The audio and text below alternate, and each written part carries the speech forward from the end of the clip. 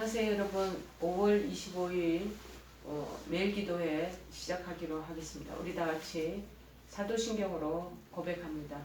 전능하사 천지를 만드신 하나님 아버지를 내가 믿사오며 그 외아들 우리 주 예수 그리스도를 믿사오니 이는 성령으로 잉태하사 동정녀 마리아에게 나시고 본디오 빌라도에게 고난을 받으사 십자가에 못 박혀 죽으시고 장사한 지 사흘 만에 죽은 자 가운데서 다시 살아나시며 하늘에 오르사 전능하신 하나님 우편에 앉아 계시다가 저리로서 산자와 죽은 자를 심판하러 오시리라. 성령을 믿사오며 거룩한 공예와 성도가 서로 교통하는 것과 죄를 사하여 주시는 것과 몸이 다시 사는 것과 영원히 사는 것을 믿사옵나이다. 아멘. 오늘 하나님께서 저희들에게 주시는 말씀은 고린도전서 16장 1절에서 2절 말씀 보시겠습니다. 고린도전서 16장 1절에서 2절 말씀 보시겠습니다. 제가 가지고 있는 성경책으로는 284쪽입니다. 16장 1절 2절 제가 봉독해 올리겠습니다. 성도를 위하는 연보에 관하여는 내가 갈라디아 교회들에게 명한 것 같이 너희도 그렇게 하라. 매주 첫날에 너희 각 사람이 수입에 따라 모아두어서 내가 갈 때에 연보를 하지 않게 하라. 아멘. 오늘 이 연보에 대한 거 쉽게 얘기하면 이제 우리 요새 말로 말하는 헌금에 대한 얘기입니다. 그 당시 16장 1절에서 성도에 대한 연보의 설명을 하기 전에 고린도전서 15장에서는 그 교리적인 문제로 부활에 관해서 언급한 바울이었습니다. 그런데 16장으로 넘어오면서 다시 평범한 일상상의 문제로 돌아와서 교훈을 우리에게 주고 있습니다. 여기서 연보, 헌금에 해당하는 헬라어는 로게이아스라고 그래가지고 모으다, 거둬들이다 라는 뜻의 동사 료규에서 온 낱말이라고 그렇게 합니다. 신약에서는요, 이 본절과 다른 절에서만 보이는 용어입니다. 이것은 후대에 세금 징수의 의미로 상기되었다고 바렛이라는 신학자는 말하고 있지만, 그래서 혹자는 바울이 마치 교회에서 세금을 거두듯이 연보를 거두는 것이 아닌가 의심을 하게 됐지만, 이 주장은 일고의 가치도 없는 그런 주장이라고 다른 신학자들도 반박하고 오늘날에도 그렇게 전해오고 있습니다. 왜냐하면 바울이 여기서 말하고 있는 연보는 다른 어려운 사람을 돕기 위해서 자기 믿음의 분량대로 기꺼이 발렌티어로 자발적으로 내는 것이기 때문입니다. 여기서 성도를 위하는 16장 1절 초반부에 성도를 위하는 이라는 이 단서를 여러분 보시면 좋겠습니다. 이 단서는 일반적인 의미에서의 그런 연보가 아니고 공궁에 빠져있던 그 당시에 예루살렘 교회 흉년이 들고 난 이후에 예루살렘 교회가 굉장히 어려웠나 봅니다. 그 교회를 위해서 모아서 연보를 바친 것 같습니다. 그래서 이 갈라디아서 2장 10절에도 이렇게 말합니다. 다만 우리에게 가난한 자들을 기억하도록 부탁하였으니 이것은 나도 본래부터 힘써 행하여 왔노라. 그렇게 기록되어 있습니다. 주로 어려운 교회 그리고 형편이 어려운 그런 성도들을 위해서 모은 연보를 의미한다고 말하고 있습니다. 여러분 요즘에도 코로나 시대인지라 많은 교회들이 1년 지금 몇 개월 동안 이제 큰 대형 교회는 문을 열기 시작했지만 영상 그런 예배를 드리기도 하고 교회 비대면으로 그렇게 예배를 진행하다 보니 큰 대형 교회를 제외한 작은 중소 그런 교회들은 참으로 그 교회 재정을 채우지 못해서 심지어 임대료를 내는 것조차도 어려워하는 그런 교회들이 많다는 소식을 들었습니다. 저희들 감리교에서도 마찬가지 서울연회나 그런 일부의 그런 연회에서는 감독님이 십시일반으로 대형 교회들이 이 모든 것을 다 쉽게 얘기하면 연보, 정기적인 또 교회에서도 본인들이 연보 그걸 각출해서 중소 그러한 교회들이 임대료를 내지 못하고 생활고에 힘들어하는 그 교회를 위해서 그렇게 임대료를 내주는 그런 한 2년간의 기간 동안 그렇게 해주겠노라고 약조하는 얘기도 제가 듣기도 했습니다. 그래서 그런 혜택을 받는 그 교회들의 그 담임 전도자나 목사님들은 휴하고 안심을 하는 그러한 상황이었습니다. 자, 이 당시도 이랬던 것 같습니다. 흉년 들어가지고 먹을 식량도 부족하고 그러다 보니 어쩔 수 없이 여기저기에 흩어져 있는 교회들이 십시일반 모아서 그 헌금을 했던 그런 좋은 취지가 있었던 것 같습니다. 여기서도 바로 그 예루살렘 교회를 위한 구제 헌금을 지칭하고 있습니다. 3절에 보니까 내가 이를 때에 너희가 인정한 사람에게 편지를 주어 너희의 은혜의 이 뜻이 연보입니다. 은혜를 예루살렘으로 가지고 가게 하리니 그렇게 말합니다. 한편 이 연보라는 말이 다른 곳에서는 은혜라고 기록되어 있는 곳도 있고 교제다 연보를 그렇게 또 낱말에 의미를 주기도 하고 또 이 연보가 축복이라는 그 의미를 준다고 해석하기도 하고 봉사, 섬김, 구제 등으로 표현하는 것으로 봐서 연보가 굉장히 다양한 다면성을 그렇게 나타내고 있다라는 것을 우리가 알 수 있습니다. 특별히 갈라디아 교회들에게 명한 것이다. 그리고 16절에 1절에 그렇게 나와 있죠. 이 갈라디아서에서는요, 바울이 예루살렘 교회를 위해서 헌금하라고 한 내용은 없습니다. 다만 가난한 자들을 생각하라는 원론적인 그러한 사실만 잠깐 언급한 것을 우리가 볼 수 있습니다. 어디서 언급이 되었냐? 갈라디아서 2장 10절에 보면 나타나 있습니다. 다만 우리에게 가난한 자들을 기억하도록 부탁하였으니 이것을 나도 보려부터 힘써 행하여 왔노라. 여기 언급되고 있지 않습니까? 주로 가난한 교회를 위해서, 가난한 성도들을 위해서 헌금을 미리 준비한 것이 아닌가 그렇게 우리가 생각할 수 있습니다. 따라서 갈라디아 교회에게 오늘 이 본문에서 예루살렘 교회를 위해 헌금하라고 한 말은 바울이 아마도 갈라디아를 방문했을 때에 직접 하지 않았나 하고 여겨지기도 합니다. 이런 바울이 이처럼 가는 곳마다에서 예루살렘 교회를 위해서 연보하도록 명령한 것은 단순히 어려움에 처한 예루살렘 교회를 구제하기만은 또 아니었다라고 얘기합니다. 즉 바울은 이 구제 헌금을 통해서 예루살렘 교회와 이방 지역의 교회들 간에 어떤 연합을 도모한다고 그럴까요? 연합을 도모함으로써 이 어려울 때 우리 교회들은 이들에 같이 십시일반 마음을 합해야 된다라는 단일성, 그리고 교회가 뚝뚝 떨어져 있지만 서로 통일을 이루어야 한다. 공통분모로 정말 구제나 헌금이나 어려운 사람을 정말 돕기 위한 이러한 봉사의 일에 우리가 마음을 합해야 된다라는 것은 물론 그리스도인 공동체가 추구해야 할 그 사랑을 실천하게 하고자 하면서 나타난 것이 아닌가 그런 마음이 듭니다. 그러니 오늘 이 16장 고린도전서에 기록되어 있지 않겠습니까? 우리는 성경에 없는 얘기들을 하지 않고 성경에서도 정정당당하고 떳떳하게 이 헌금, 연보에 대해서 얘기하고 있는 것이죠. 16장 2절에 보니까 매주 첫날에 너희 각 사람이 수입에 따라서 모아두어서 내가 갈 때 연보를 하지 않게 하라 이렇게 기록되어 있습니다. 현재 매주 첫날은 지금처럼 주일을 가리킵니다. 주일날 사람들이 다 모이니까 그렇지 않겠습니까? 초대 교회 시대 때는 아직까지 교회라는 것이 완전히 뚜렷하게 이렇게 잘 정립이 되지 않았기 때문에 유대인들이 모여있는 유대 회당이 있었고 그렇게 또 교회가 따로 있었던 것 같습니다. 그러니까 사람들이 아직까지 분명한 그 카테고리를 정하지 못하였기 때문에 우왕좌왕 그런 난립 상태로 있지 않았나 그런 저는 생각을 하게 됩니다.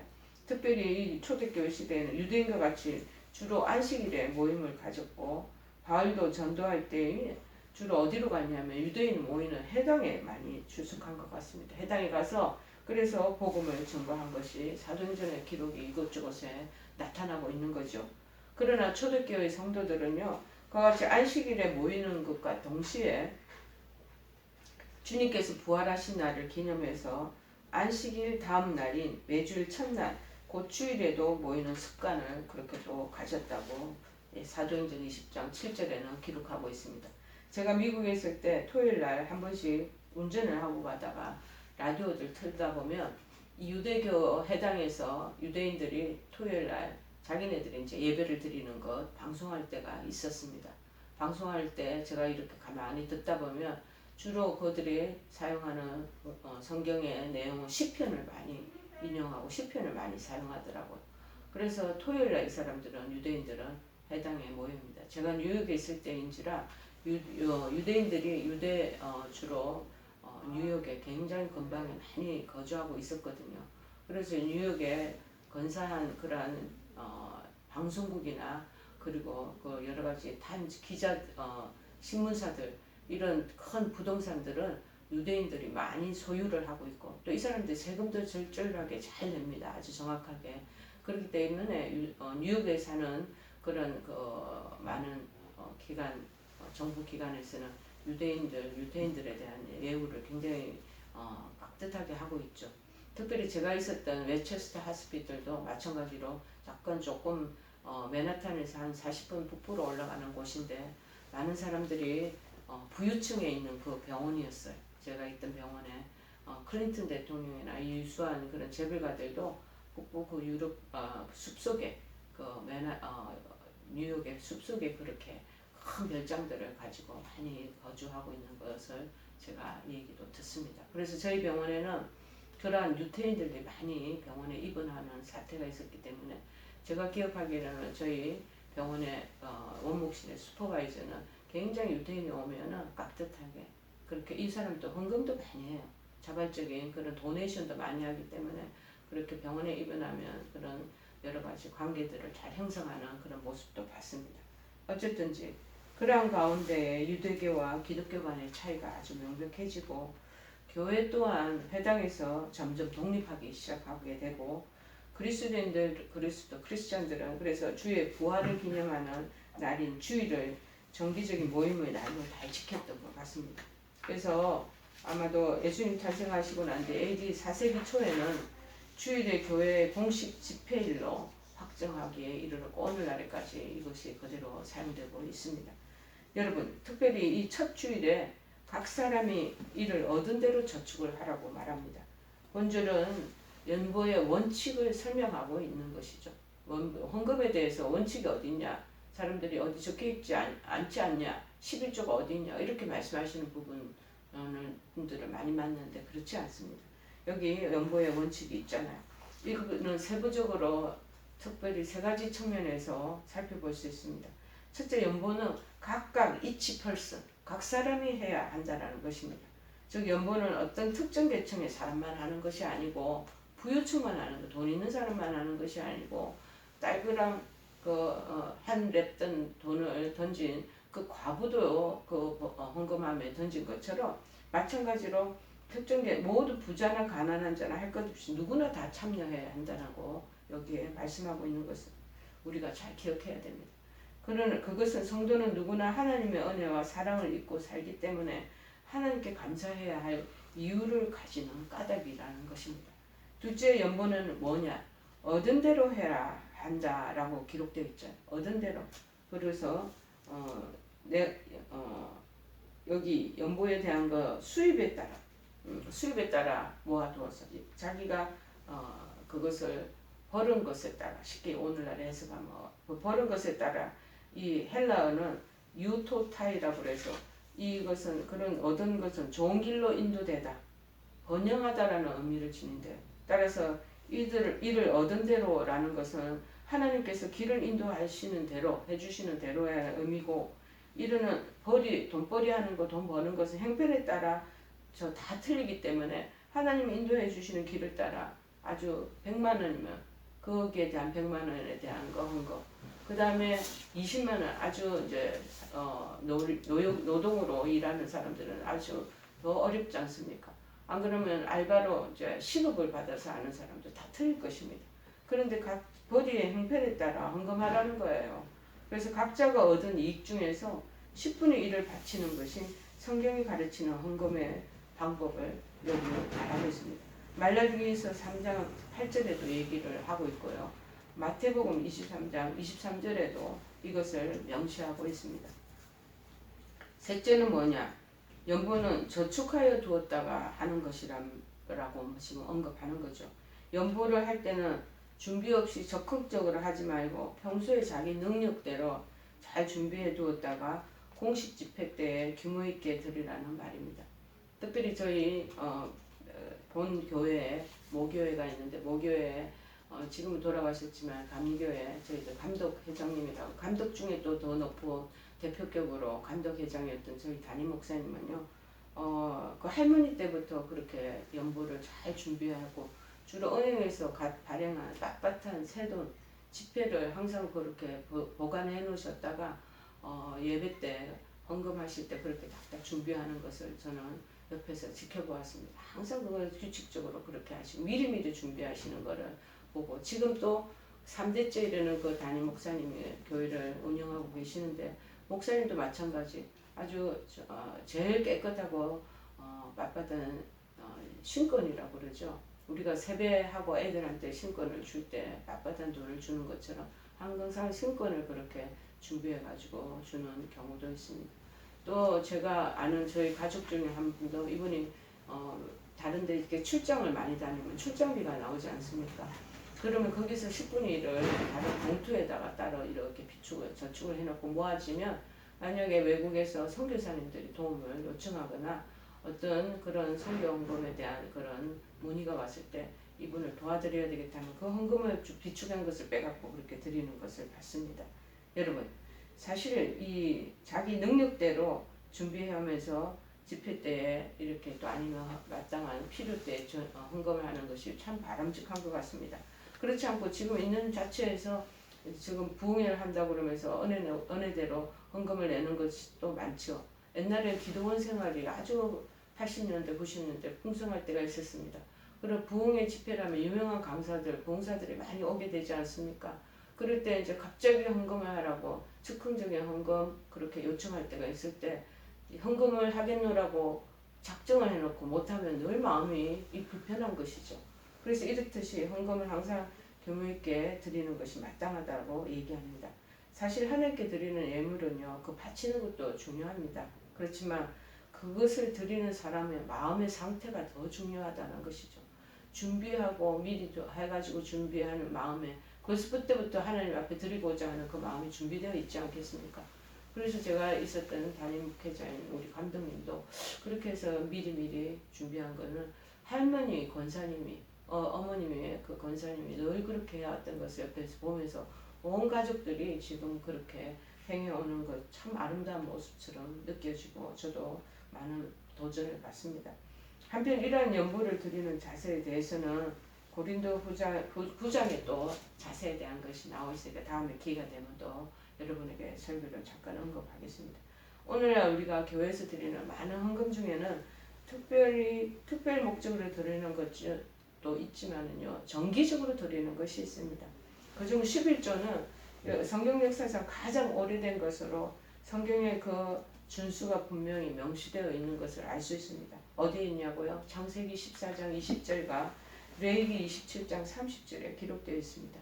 그리고 구약시대에 제사 때 드려야 했던 여러 제물들과 같이 성경에 분명한 명목으로 드려질 것이 언급되어 있지는 않지만은 오늘날 우리는 교회 속에서 주정헌금, 성경헌금, 건축헌금, 구역헌금 등 많은 종류의 헌금을 정기적으로 헌금 생활 하시는 분이 많이 있는 것이죠. 그리고 그러한 정기적인 헌금들은 주일을 어떻게 보면은 그래서 교회가 운영하고 이끌어 나가지 않겠습니까?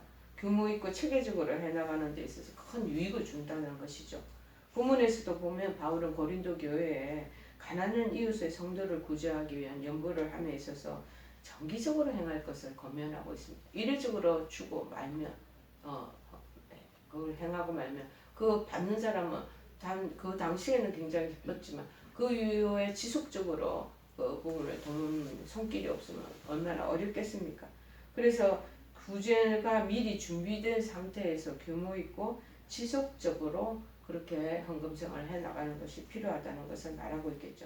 그런데 이런 정기적인 헌금을 드리는 데 있어서 우리 특별히 바른 자세를 그렇게 가져야 하는데 그것이 만약에 잘못하면 형식적이고 구태의연한 그런 모양만의 모양새를 내기 위한 그런 헌금이 되기 쉽다라고 여기기 때문입니다. 그래서 정기적인 헌금에 그 모습은 어떠냐. 특별히 오늘 언급한 것처럼 준비하는 것이 중요한. 준비하여 드린다. 헌금을 드리자는 사람의 마음의 자세가 여기 들어와 있잖아. 겸손한 마음으로 준비하는. 이 부분은 내 소유가 아니고 하나님 나에게 안내되어서 아까 제가 인도해 주시는 대로 벌었잖아. 인도해 주시는 그 은혜의 그 준비된 마음으로 그 소유가 주님의 것이므로 내가 준비해서 드리겠습니다. 겸손한 자세로 하나님을 생각하면서 하나님의 중심의 마음에서 우리가 그렇게 헌금을 하는 것이 아니겠습니까? 그러니까 준비하는 마음이 필요하다는 거예요. 경솔하게 갑작스럽게 가는 것이 아니라 늘 그 물질을 준비하는 마음을 가지고 있는 것. 그리고 그것이 바로 하나님을 생각하면서 그 마음을 준비하지 않겠습니까? 그래서 마음이 중요한 거예요. 기독교는 이 외형적인 것을 자꾸 따라가면요, 그거는 껍데기가 될 수밖에 없습니다. 중요한 거는 마음으로, 봉사도 마음으로, 헌금도 마음으로, 예배도 진정과 신령과 뜻과 마음을 합해서 드린다고 얘기하잖아요. 마음으로 드리는 것이 참 중요합니다. 그리고 이 헌금을 어떻게 해야 돼? 정성스럽게 드려야 한다는 거예요. 자, 가장 우리가 정기적인 헌금을 드릴 때 주의할 것은 뭐냐? 형식적이고 습관적이 되기 쉽다라는 거예요. 오늘 준비해서 드렸다. 그렇게 하는 우리가 마음이 되기 쉽다라는 거예요. 그래서 11조 성경헌금 이거 하다 보면 내 물질이 하나님 은혜로 말미암은 것임을 알고 감사함으로 드리기보다는 습관적으로 그냥 그렇게 이렇게 드릴 때가 많지 않냐는 것이죠. 그러나 헌금은 하나님께 상납하는 세금이 아니라는 거예요. 쓰고 남은 것을 베푸는 자선기금도 아니라는 것이죠. 우리가 받은 은혜가 너무 감사해서 그 마음을 담아서 정성스럽게 드리는 것이고, 주님을 귀한 일을 위하여 비록 내 것이 작고 초라한 것이지만 쓰임받기 정말 간절한 마음으로 그렇게 올려드려야 되는 거예요. 정기적인 헌금은 우리에게 끊임없이 베풀어주는 은혜에 감사하고, 끊임없이 그러면 하나님이 계속되는 그 주의 역사에 하나님께서도 참여하시고 우리는 또 그것에 보답하는 마음으로 동참하고, 그래서 예배 드리는 것 같이 신령과 진정으로 그렇게 정성스럽게 드려야 한다는 것입니다. 그래서 첫 번째는 준비, 두 번째는 정성, 세 번째는 지속성. 자, 방금 성실히 성원 갚는 것, 그거 지속적으로 끊임없이 해야 되는 것이죠. 그것을 중단하고 이행치 않는 것에 대한 것도 또 레위기에서 27장 30절에 언급한 부분들이 있습니다. 자신의 기분에 따라, 형편과 처지에 따라 드리다 말다 그렇게 하는 것은 결코 귀한 헌금이 되지 못한다는 것입니다. 어떤 상황 속에서도 여러분 마음속에 서운한 것은 정기적으로 또 정기적으로 또 하나님 앞에 충실히 드리는 것이 마땅하다는 거예요. 저는 그럴 때 어떤 이런 마음이 드는 거예요. 이렇게 해가지고 어떤 분들이 그런 생각도 하시는 분들이 있더라고요. 이거를 목회자가 쓰고 교회가 쓰고 사용한다라고 생각하는데 아니에요. 그거가 일단 헌금을 올려드리면 그 헌금 자체는 향기가 되어서 하나님 나라를 올라가고, 그 다음에 남은 부분들이 실질적인 교회 운영과 교육자들 그러한 사례비 이런 거 드린 것에 그것에 충당되어진다고 저는 생각합니다. 이미 드리는 마음이 바로 하나님께 연락되는 것이다 라고 저는 늘 해석하고 있습니다. 여러분, 오늘 이 여러 가지 헌금에 대한 내용들을 우리가 살펴봤습니다. 특별한 감사 없이 맹목적으로 행하기 쉬운 것, 이 자세가 하나님 앞에 다시 우리 정비되어야 할 것을 말씀하고 있습니다. 헌금은 늘 준비되어야 되고 정성스럽게 드려야 되고 무엇보다도 지속성이 있어야 된다는 것을 말씀해 주시면서, 이 헌금 연보에는 축복이라고 얘기하잖아요. 더 많은 하나님 주시는 하나님의 은혜가 위에서부터 공급하여 내려온다는 것을 의미를 알면 헌금이 감사함으로 드릴 수 있을 것 같아요. 근데 이 의미를 모르고 그냥 자꾸 내 품속에 소중해서 빼나간다라는 생각을 하니까 마음에 이게 얼망졸망한 마음이 생기지 않겠어요. 정말 아낌없이 정성스럽게 준비해서 드려서 하나님 그 모습을 보시고 하나님이 주시는 그 하늘나라의 은혜가 또 우리에게 내려온다라고 생각을 하면 그것에 대한 그 마음의 사적인 마음이 생기지 않을 것 같습니다. 여러분, 각자 교회가 다 있으실 것입니다. 여러분, 교회로 돌아가셔서 이 헌금에 대한 자세의 마음도 먼저 이 실천적인 자세가 성경에 기록되어 있잖아요.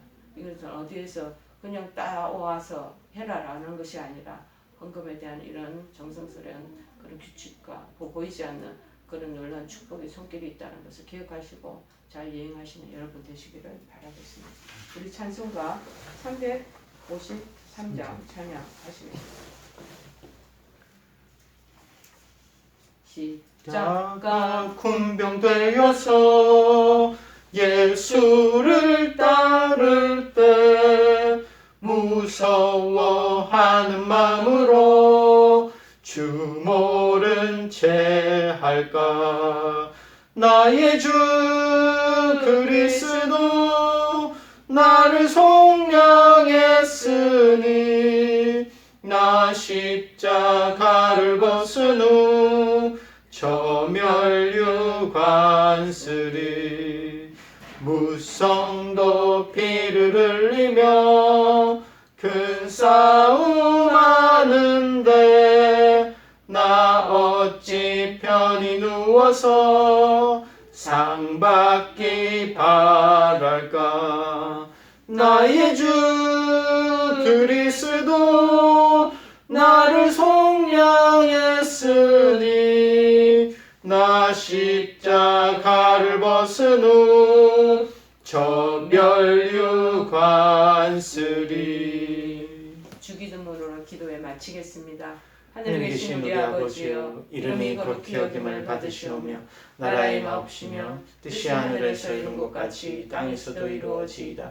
오늘날 우리에게 용할 양식을 주옵시고 우리가 우리에게 죄 지은 자를 사하여 준 것 같이 우리의 죄를 사하여 주옵시고 우리를 시험에 들게 하지 마옵시고 다만 악에서 구하옵소서. 대개 나라와 권세와 영광이 아버지께 영원히 있사옵나이다. 아멘.